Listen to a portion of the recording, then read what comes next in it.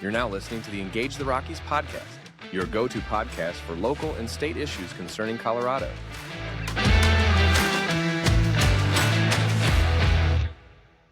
Hello, Colorado. This is the Engage the Rockies podcast. I am your host, Jarvis Caldwell, Executive Director of Engage the Rockies. Today, we're talking ballot initiatives. And when we were thinking about who we should invite on to talk about this, there was one person that came to mind, and I don't think there's a better guest in the entire state of Colorado to talk about ballot initiatives. So today, we are joined by Michael Fields. Michael is the president of the Advanced Colorado Institute, a nonprofit dedicated to educating Coloradans on the benefit of conservative governing solutions at the state and local levels. You may also recognize Michael from his many appearances on Fox 31 Denver, where he serves as their political analyst. And he is also a graduate of law school at CU. Michael, thank you for joining us today. Thanks for having me on. Thank you.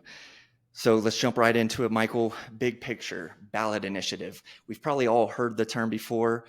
Can you give us a big picture of what is a ballot initiative?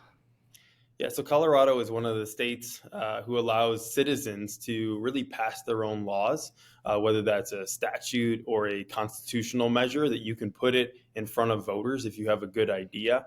And obviously the legislature is doing this, January through May, but they might have something that they don't want to pass or are unwilling to put it in front of voters. And so it gives us the ability to pass our own laws. And if you get, in the case of a statute, 50% plus one, it becomes a law. If you have a constitutional measure, you need to get 55% in order to do that. But I think it's one of those important checks on the legislature. And there's often times where the legislature won't pass something that the people actually want, or they want it in a different version, or there's some other reason that they haven't thought about this idea, haven't talked to certain citizens that might have wanted them to propose it. So it's something that's been going on for a long time in Colorado. It's in our Constitution that you're able to do that, and really it's independent of the legislature. And I think that's a key part of this, is saying this is you have this process, which I'm sure we'll go through the process in depth.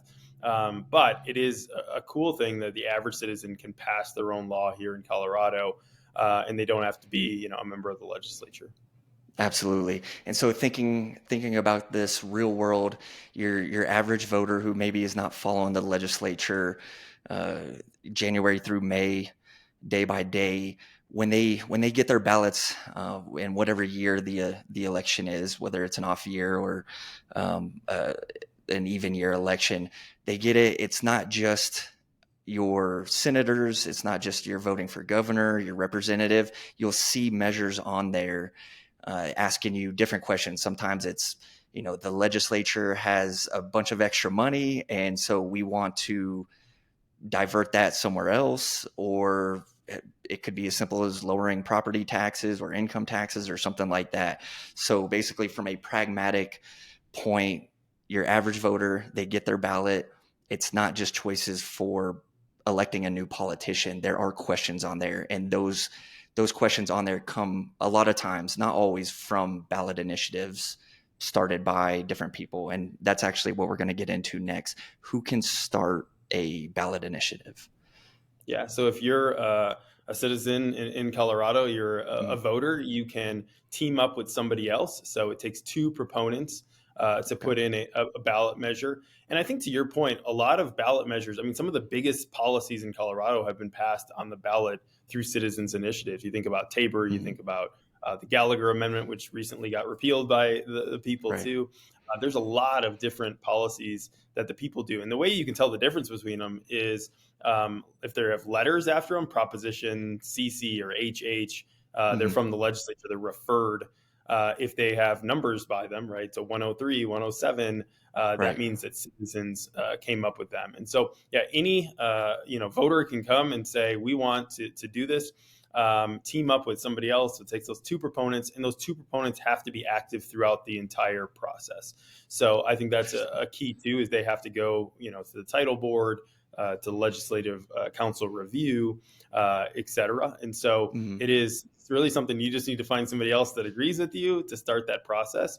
And then, there's a lot of materials online Secretary of State site, Legislative Council site, walking you through this process, which we'll talk about. But yeah, any citizen can do it. I think a lot of people aren't even aware that, hey, I could pass a law myself if I have an idea, if I have somebody else who wants to sign on with me, and then obviously you have to get the signatures and everything else we'll talk Right. about. But yeah, it's really could be anybody can do this as long as they follow through that process.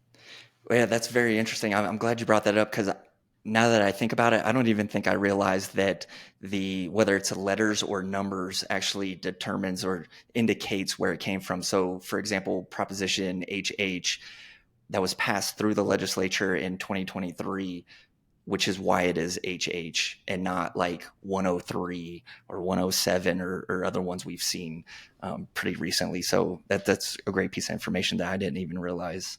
So the process for initiating one, you kind of talked on this. You mentioned the title board. Can you kind of explain that? Yeah. So the first step is that you take your statutory language that you want to change, right? You might work with a lawyer. You could do it yourself. Look up where in the law you want to make this change to, taxes or to criminal policy. You go find it in the statute, change those places, submit it online to Legislative Council.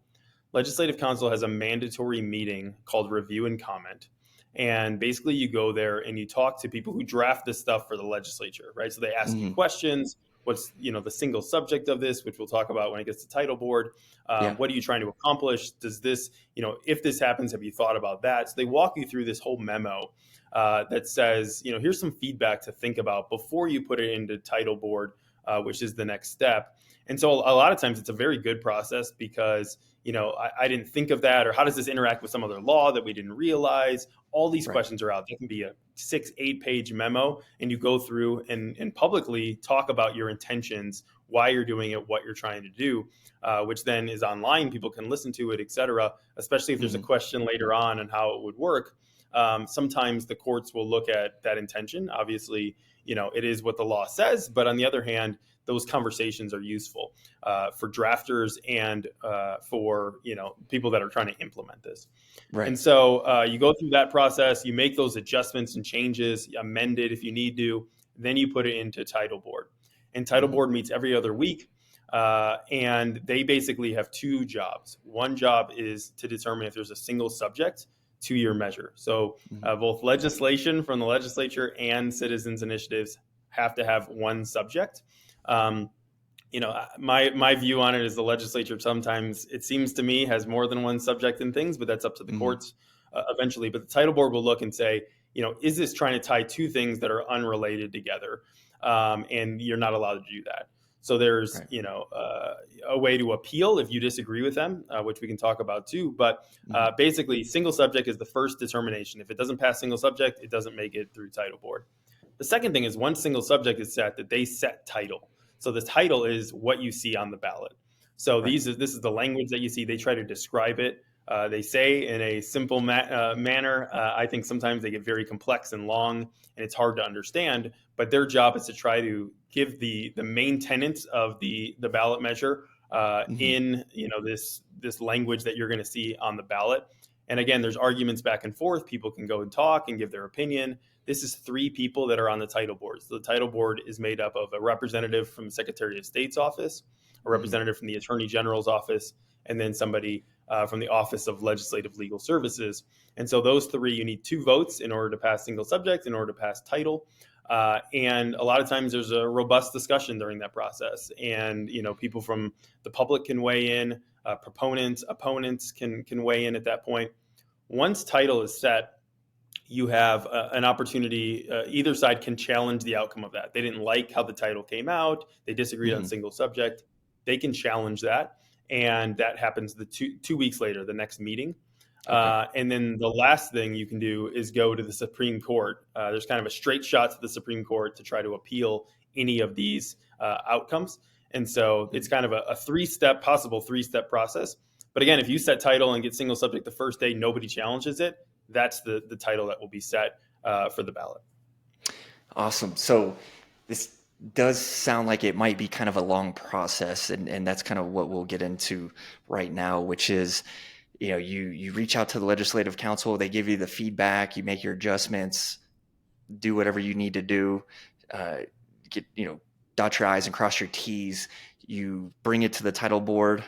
After that, the title board, let's say I think you had mentioned that you can come back 2 weeks later. Correct me if I'm wrong. If there are adjustments you didn't make to it, is that correct? You said 2 weeks. If you're challenging, like either if you think it passed single subject and they say it didn't, or vice versa, Right. either side, like anybody can challenge these, and so they Okay. can come back. It's called a rehearing, Right. and it's basically saying, can you relook at some issues that you might not have seen, or we want to make this other argument, or we don't Right. think that this language is clear. They can change their mind if they want. Often they don't, and they say, no, we were right the first time. But you have this rehearing 2 weeks later, and then it can go to the Supreme Court, which could take Okay. months. Okay. That process could take anywhere from a month to 5 months, we've seen. Right. So yeah, very long process, especially because that legislative, the review and comment happens 2 weeks before that. So you're talking, Yeah. a minimum of a month. It can be Right. several months. So you start early on these things. So realistically, I mean, you're starting this process months out, like getting the idea, drafting it, talking with legislative council and all that. You're talking months in advance. So if you want to see it, let's say you want to see it in November of 2025 on the ballot, when about are you starting it? The actual, like, from step one, starting the process. Yeah, normally beginning of the year. I mean, we're still putting Okay. some measures through right now, but Mhm. April is the last time that you can put measures through title board. And part of that is because Okay. of the signature gathering phase and how many months that takes. And then when Right. the ballot has to be locked and loaded for, printing and everything else. So basically, it is a long process, but I would tell anybody, if you want something on the November ballot, you should be starting in January. Sometimes Right. we've had measures that we started the year before for Yeah. that next year. And I think the Right. key is that, there's certain measures you can put on in odd years or even years. Mhm. And most of the ballot measures you're going to see are in even years. Odd years, it has to have a Tabor hook, what they call. So it's raising Okay. revenue, it's keeping revenue. So tax increases, things like Proposition HH or CC, where they're talking Right. about spending Tabor refunds. Those are odd year ones. Okay. So knowing that you have to have them on in the even year, you can start them the year before even. Right. And oftentimes, if you're going to get signature gathering, it's cheaper if you're paying for signatures to get it done earlier because everybody's Mhm. doing it kind of near the end. Right. So I would tell people if they want to get this done, you should know a year out what you're trying to do. It's going to be a long process, and you're going to get feedback, and sometimes you get kicked out and have to restart, et cetera. So you got to Right. leave enough time. There are times when people run out of time, and they're in April and they can't get something through, and now you got to wait 2 years often in order to get it Yeah. back on the ballot. And if that's the case, then you're probably starting back from square one, right? Because Right. I mean, you're going to have to resubmit it. You're going to have to go through the title board again. If you've gathered signatures, but let's say you didn't get enough in the proper time, you're probably going to have to start back from square one on gathering signatures. Is that correct? That's correct. Yeah. So Yeah. once that cycle's done, you got to start the whole thing all the way over again, back Right. to review and comment, to title Yeah. board, to getting signatures. So I think that's the key too. Is once you start getting those signatures, that you want to get it done. You don't want to Right. fail, and so you really have to plan this out. It is, citizens can do this, but it takes planning and it takes understanding the process well. It takes research, talking to people who have done it before, because it's definitely kind of its own niche area Right. of law. So when you get approved by the title board and they're like, "Yep, everything's good, squared away," is signature gathering, is that the only method or process on how you actually get it eventually on the November ballot? Yeah, so you need to get a little under 125,000 valid signatures. And so Okay. knowing that when you go and get signatures, validity rates, how many people are where, it's wrote the right address down, are registered voters here, et cetera, can be anywhere from 60 to 85%. You need to get above that number. And so we often come in and say, we're going to go get 200,000 signatures for the Right. 125 that we need. And so you have a 6-month period in order to get that. But Okay. the other side of that is that you have to be done by the first week of August. So you could Right. start and only have 3 months left, but Right. you have to get it in by August. So that's where I would also encourage people, start early enough where you get that full 6 month window. Right. So if you start in January, get it through by March, now you have 6 months in order to get it in. A lot Right. of our measures, because we, often pay for signatures, that we, pay for people to go get signatures, that we can get it in 3 months or so. And so we know that we could, Mm. hit an April deadline and still get it on the ballot. Yeah. But, especially if your citizens trying to get most of these without having paid signature gatherers, you're going to need that full 6 months because it's a lot of signatures. For And sure. the other thing with signatures is if it's a statutory measure, you can get signatures from anywhere, right? So you could be in Mm. Colorado Springs, you can be in Denver, you could be in Weld County, getting all these signatures. If it's a constitutional measure, you need a certain percentage from each state Senate district. So that's Oh, 35 wow. districts across the state. Yeah. And if you fall short in one district, you get kicked Right. off.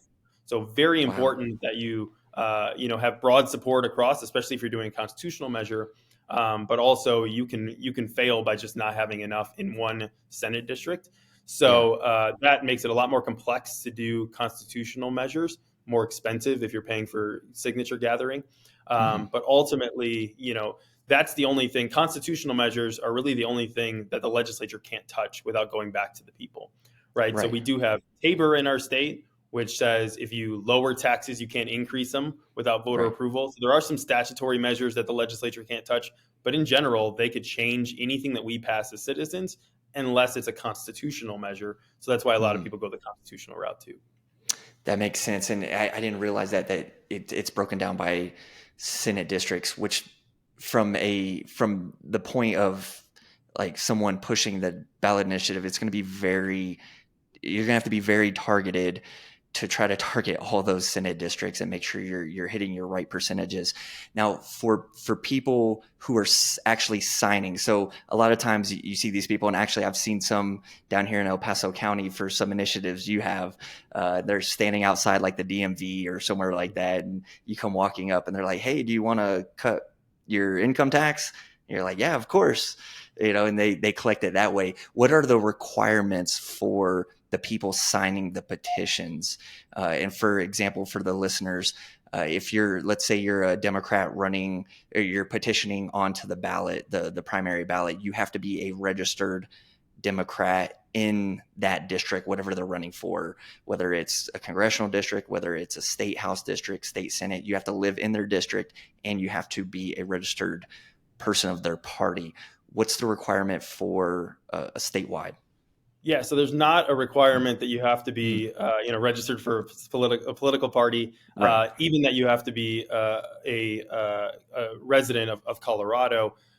You do have verification on, that you're 18 and older, that you have a driver's Okay. license. But it's more on the notary side that there's these regulations. So Mm.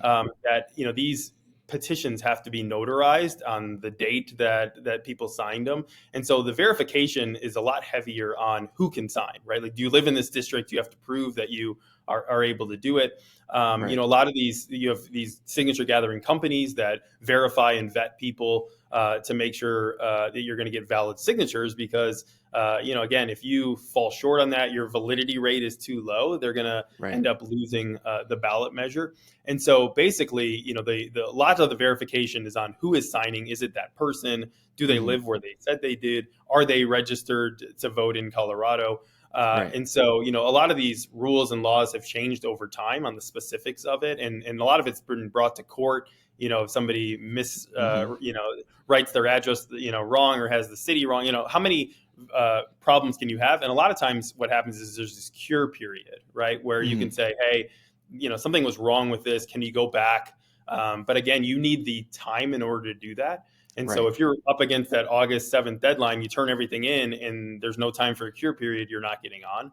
So I think the key with signature gathering is that notary part, really Mhm. showing that, hey, these were really signed by these people. And you've seen not only in candidates, but also in ballot measures where stuff has gotten kicked off because the process hasn't been right. So yeah, Yeah. you are going to see, and you often see outside of grocery store or other places, Mhm. people doing it. They also tend to identify themselves, by their company that they're working for, who they're doing. Right. there's also a lot of disclosure on the actual petition. So the petition has to be approved by the Secretary of State. And that has to have certain language on saying what the petition says and what it does. Right. There's certain a template that we often use from the Secretary of State because there are laws around what it has to say when people are signing, and so you can't Right. make it up and say it's something it isn't, etc. Right. So that interaction happens with the Secretary of State before you start. They approve your official petition, then these gatherers can go and get the signatures where they need to. Yeah, I mean, it makes sense that they would need to approve it because, you may be trying to pass or get a ballot initiative for one thing, and you may be able to entice them by putting more favorable language and oversimplifying it, or maybe just kind of misleading people. So it would make sense that the Secretary of State needs to approve basically what you're trying to get people to sign for. That makes sense. It has both the language of the statute that's actually changing and the ballot language, so you can see both of what it means. And then the signature gatherer can tell them, hey, this would do this or that. They have their talking points. They have the reasons to sign it. But officially on the document, it's pretty much a standard form that people use that's approved by the Secretary of State in order to make sure that everybody has the information that they need to in order to sign. Yeah, that makes sense. Okay, Michael, we're kind of coming up on the end here, so I wanted to give you a chance.